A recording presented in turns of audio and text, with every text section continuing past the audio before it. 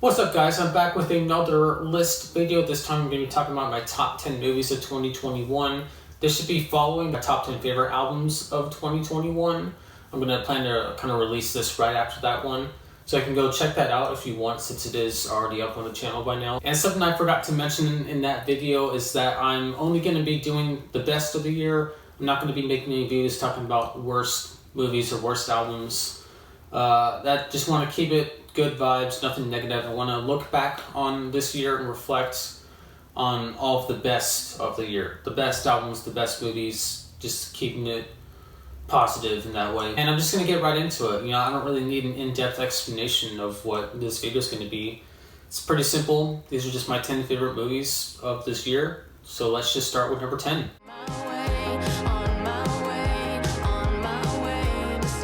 The Mitchells vs. the Machines was completely robbed of a Best Animated Picture Golden Globe. If it doesn't get the Oscar nomination, I'm gonna lose it. This was such a good movie. It had such a great family dynamic portrayed.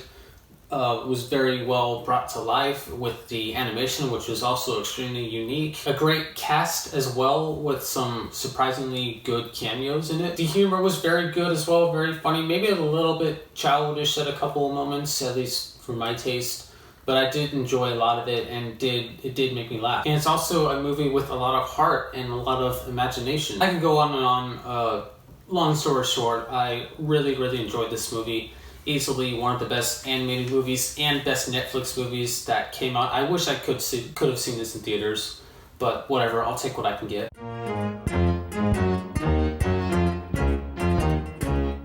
At number 9, I have the documentary Clerk, which is about Kevin Smith, about his sort of journey to a filmmaking career, and sort of every beat for beat of the story is about his experience with each movie, as well as his experience with comic book writing and just doing all these other various things. His podcast that he has as well. As I stated in my Things I Didn't Review video, I actually got to see a not really premiere of the movie, but I got to see it before it was released in streaming at this panel, this Q&A panel he did, where he presented the movie and then afterwards came out and answered some questions. Like, such a cool guy. Kevin Smith is just a really genuine person, hilarious as well. It was a really cool experience, and I really enjoyed this movie a lot. It was easily one of the better documentaries I saw all year, although admittedly I didn't really watch a whole lot of them. But this was, I think, very well made, very well directed, some great appearances, great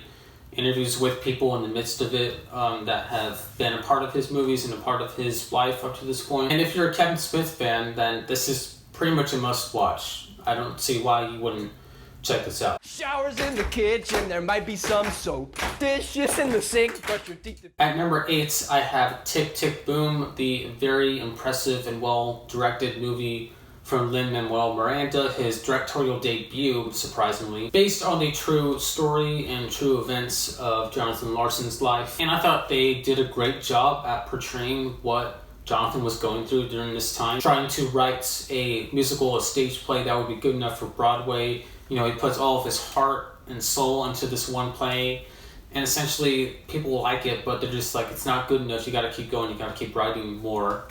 And he can't take it because it's just so emotionally draining for him. I can definitely relate to that to an extent, as that's sort of what I'm doing here with my channel, trying to just keep making videos until enough people recognize it and I start to gain a good following on here. Andrew Garfield was phenomenal in this movie. It had very good music as well. I actually saw the soundtrack for this movie on CD at a Barnes & Noble I recently went to, and I thought about buying it.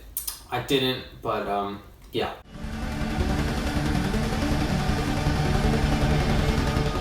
At number 7, I got Dune, a remake of the original 1980s film, I believe 1984. Denis Villeneuve directed the hell out of this movie. It looks and sounds absolutely incredible. Such a great theater experience. And I can't stress that enough. Like, if you were to watch this movie, you gotta go in the theater. I don't know if it's still in theaters now, but man, it's just an unforgettable experience. Such an interesting and compelling world that they built as well, combining all these different elements of space and futuristic times with more classical and almost period piece elements as well, which I talked about a little bit in my review, which you can watch if you want. Great acting across the board, complete A-list cast, great music. Hans Zimmer killed it with the score, and I can't wait for part 2. I'm so glad we're actually getting one, so yeah.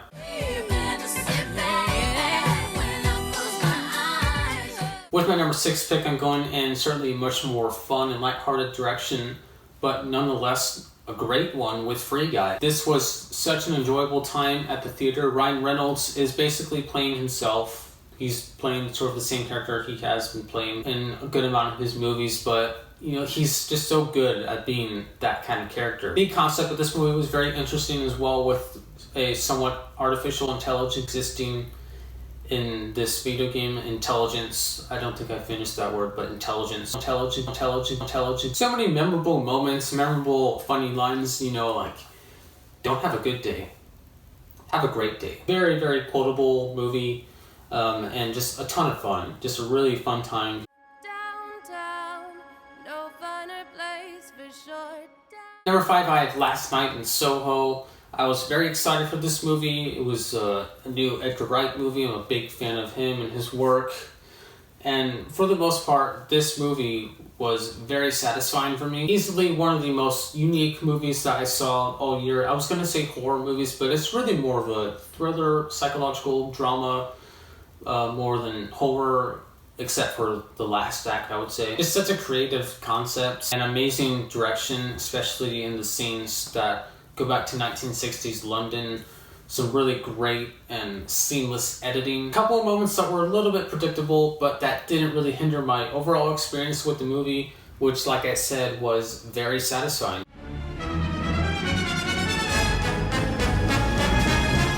And at number 4, we got Spider-Man No Way Home, not No Way From Home.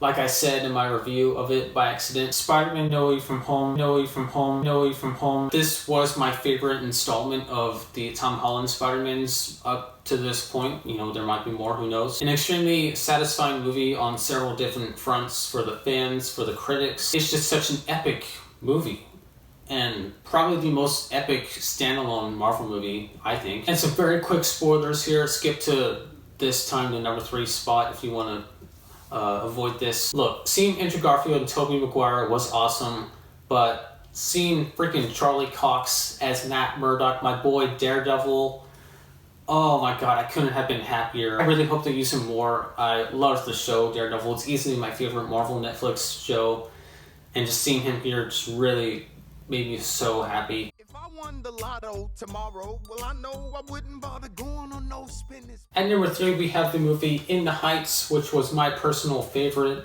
musical that came out this year. Just a movie that was so upbeat and lighthearted, really, even with certain moments that do kind of get a little bit sad. But I thought that this had some really good musical numbers, some very catchy songs that got stuck in my head for a little while. The cast was excellent. Anthony Ramos especially brought so much life to this movie and to his character. Also, very cool narrative and structure to the story. I don't think a lot of people really talked about that, but the way the story is told, I think, comes together very well by the ends, and actually does some things I wasn't really expecting. So yeah, it's a really good watch. A little bit long, but I would certainly recommend it. And for a number 2 pick, I have the movie Zola, which sadly did kind of bomb at the box office, although it wasn't a complete flop. I just looked it up. According to Wikipedia, it made the same amount as its budget, but that's not exactly a box office slam. This movie overall still didn't do very well in that field, which saddens me because I thought this movie was fantastic. A big thing I took away from it was Janicza Bravo's direction.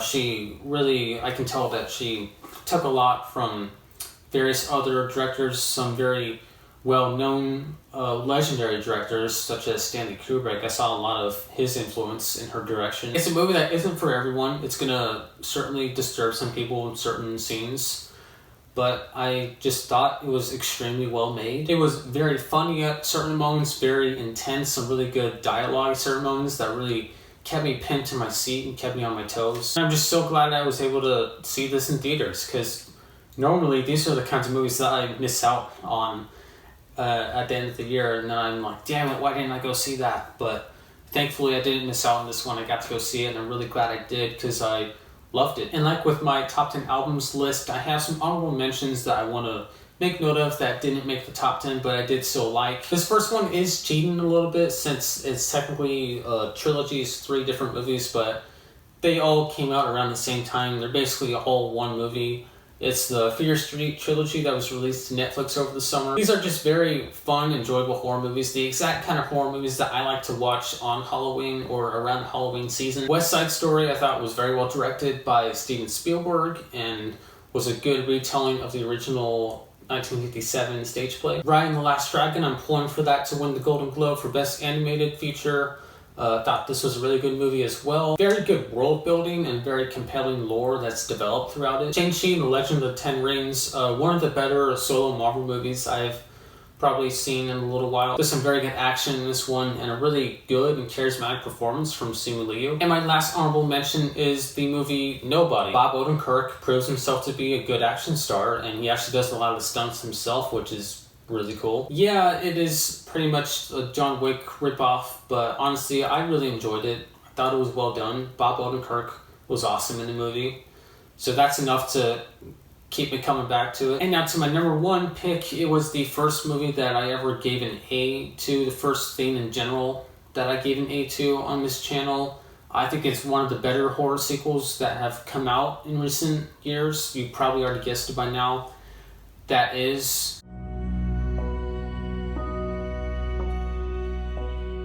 A Quiet Place Part 2. John Krasinski, I think, really outdid himself here. I think he improved on the original Quiet Place movie, which was very good by itself. But this one really did improve on a lot of things that first one did. I think there were better scares that had better setup to them, less cheap scares, because there were a couple in the original one. I thought there was even better CGI and visual effects. I loved Cillian Murphy's addition in this movie. His character I really liked a lot. And getting to see how all this came about in the opening scene was awesome. That scene was amazing. I also really liked what they did with Reagan in this movie and the bond that is portrayed with her and Emmett, who's played by Cillian Murphy. It had an exciting conclusion. I mean, just so many good things I can say about this movie that worked really well. And in my opinion, made for the best movie that came out in 2021. But what do you think is the best movie? What are some of your favorites that came out this year? I would love to know what you think. And again, thank you so much for supporting me throughout this year. If you have, you subscribe to me, if you watch my videos, thank you so much. That really does mean a lot. When I started this channel in February, early February, I had 1 subscriber. There was someone who subscribed to me before I even posted a video, so I don't know why, but thank you if you're watching this, if that was you. And at the time of filming right now, I have 22 subscribers. I was actually at 23. I don't know who unsubscribed, whatever. So, yeah. You know, of course I would like to have more, but again, thank you if you have followed me by now. I do have some new ideas for videos this year. Not necessarily the types of videos I'm making. I'm still pretty much just going to be doing reviews. Every so often doing a reaction to something or something different like that. But I do have different ideas for how I'm going to approach these videos and plan for them. That will hopefully result in better content. And yeah, I'm excited for that. I'm excited to start seeing some movies that will come out this year and listen to some new albums for 2022. And I'm just going to wrap it up there. Peace out.